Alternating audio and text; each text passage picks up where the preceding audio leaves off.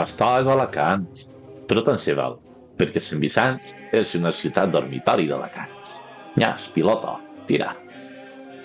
Nosaltres, coixins per dormir, que està és una ciutat dormitori. Ai, que bé, que diver. Veges, Amparo, aplegarem Alacant en una hora. En una hora només per plegar Alacant, veges. Papa, me'n vaig a la casa d'apostes a jugar amb els diners. I jo també, jo vaig a jugar amb tots els diners a la casa de joc, eixa, que tenim 3 o 4.